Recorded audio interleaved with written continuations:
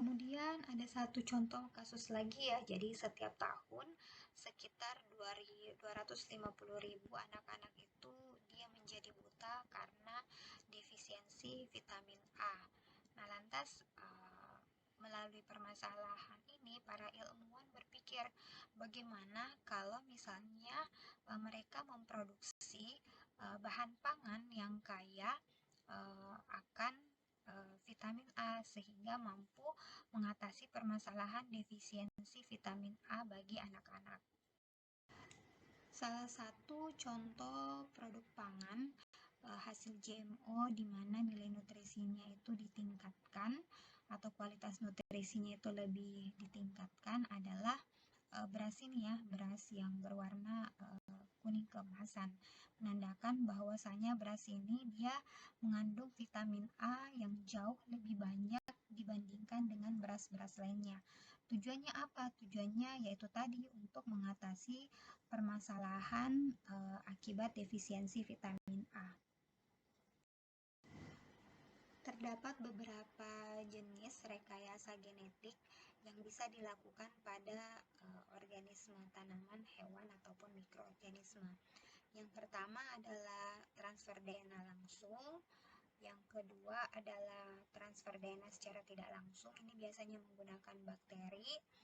Yang ketiga, mengedit langsung DNA dari organisme yang kita inginkan. Untuk yang transfer DNA sendiri, ada berbagai macam cara yang bisa dilakukan.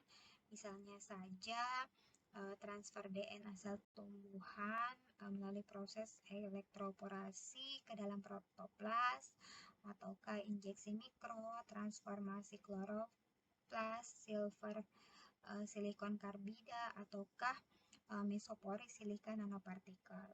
Sedangkan untuk yang indirect atau secara tidak langsung itu biasanya dia menggunakan bakteri. Bakteri yang paling sering digunakan itu adalah Agrobacterium tumefaciens. Kemudian yang terakhir yaitu tadi ya, mengedit langsung DNA dari organisme yang kita mau. Lantas kira-kira apa saja sih manfaat dari pangan transgenik? Nah, yang pertama tentunya adalah manfaat secara agronomi.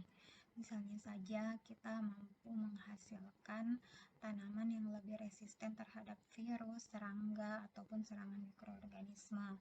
Kemudian kita bisa memproduksi tanaman dengan yield yang lebih tinggi. Lalu untuk manfaat ekonomi sendiri, dari tahun 2006 hingga 2012 terjadi peningkatan pendapatan dari pertanian, di mana pendapatannya itu dari pangan transgenik sendiri itu mencapai 116 billion, di mana hasilnya ini lebih besar 3 kali lipat dari 10 tahun terakhir. Lalu kita mampu bisa memodifikasi komposisi kimia dari makanan yang dihasilkan. Misalnya saja kayak yang di kedelai ya, bisa lebih dikurangi kandungan trans fatnya, ataukah pada beras tadi dia bisa diperkaya dengan vitamin A dan berbagai jenis-jenis modifikasi lainnya. Kemudian mampu meningkatkan proses pengolahan pangan.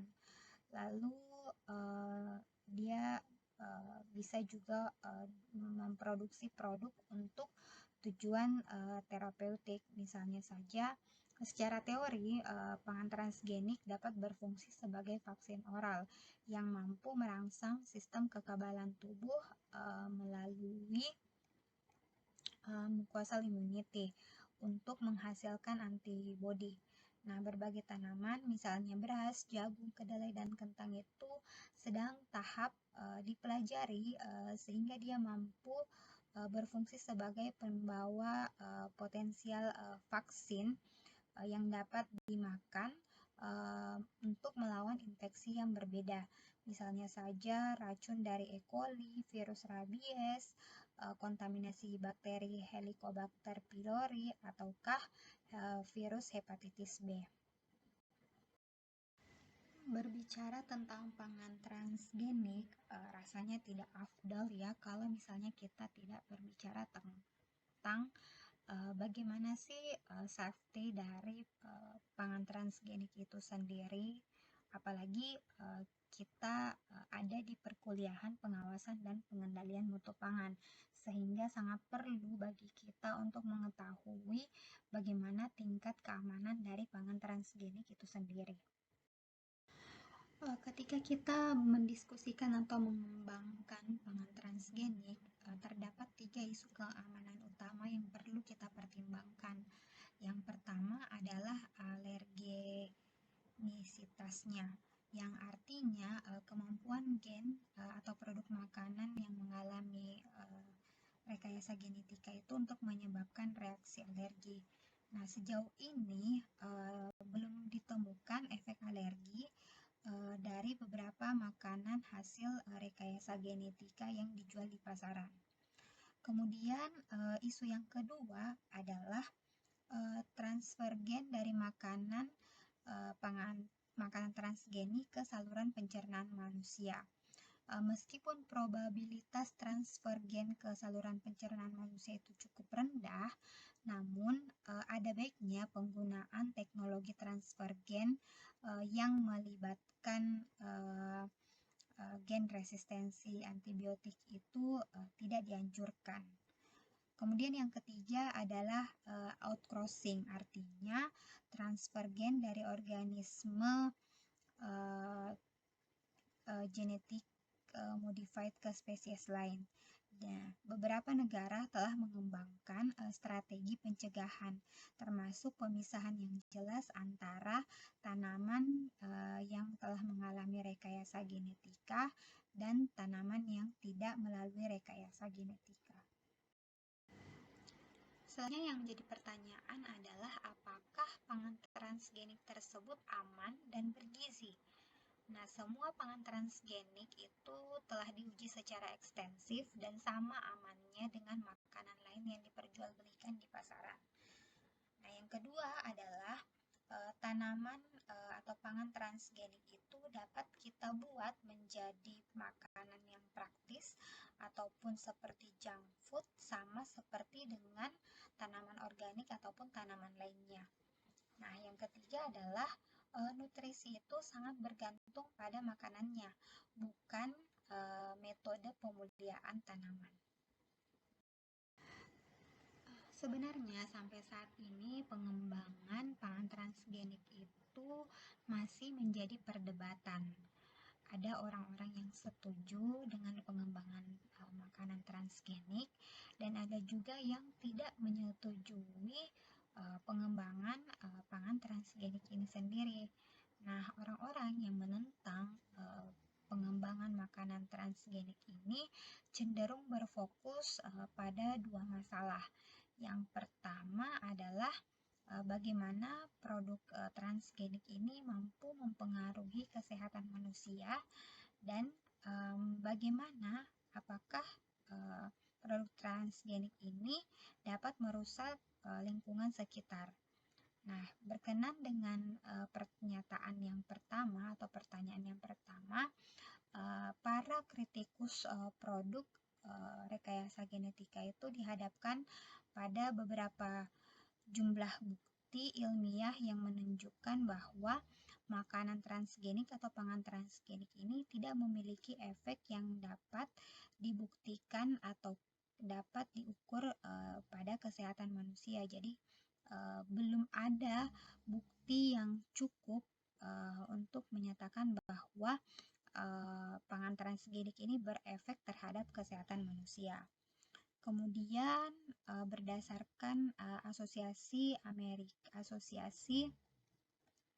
American Association for the Advancement of Science menyatakan bahwa WHO, kemudian US National Academy of Science, lalu ada British Royal Society menyatakan bahwa mengkonsumsi makanan yang mengandung bahan-bahan yang berasal dari tanaman hasil rekayasa genetika itu tidak lebih beresiko daripada mengkonsumsi makanan yang sama yang mengandung bahan-bahan dari tanaman yang dimodifikasi dengan teknik perbaikan tanaman konvensional. Lalu berdasarkan hasil laporan dari Council on Science and Public Health bahwa makanan hasil rekayasa genetika itu telah dikonsumsi selama hampir 20 tahun dan selama waktu itu belum ada konsekuensi atau efek yang nyata pada kesehatan manusia yang telah dilaporkan dan atau dibuktikan dalam literatur peer review. Jadi sampai saat ini masih belum ada ya, masih belum ada bukti yang cukup untuk menyatakan bahwa mengkonsumsi makanan transgenik atau pangan transgenik itu mampu berefek terhadap kesehatan kita atau memiliki efek negatif terhadap kesehatan. Karena masih adanya perdebatan antara ada yang setuju dengan pengembangan pangan transgenik, ada juga yang tidak, maka muncullah bagaimana kalau misalnya ada labeling dari pangan transgenik itu sendiri. Namun labelingnya ini ada berbagai macam. Yang pertama adalah dia tidak perlu di label, misalnya ini adalah pangan transgenik. Jadi dia tidak perlu di label seperti itu, cukup hanya mencantumkan kandungan nutrisinya saja. Tapi di Europe dan di Jepang itu sifatnya wajib. Jadi kita wajib mencantumkan apakah makanan yang kita kembangkan atau makanan yang kita produksi itu dia merupakan makanan hasil rekayasa genetika atau mengandung bahan-bahan yang telah melalui rekayasa genetika. Jadi 1% saja kontaminasi dari produk yang mengandung rekayasa genetika itu perlu dicantumkan. Kemudian konsumen itu berhak tahu atau memiliki hak untuk mengetahui seluruh informasi yang ada di dalam makanan tersebut. Sehingga biarkan konsumen yang memutuskan apakah ingin mengkonsumsi produk yang melalui rekayasa genetika atau tidak.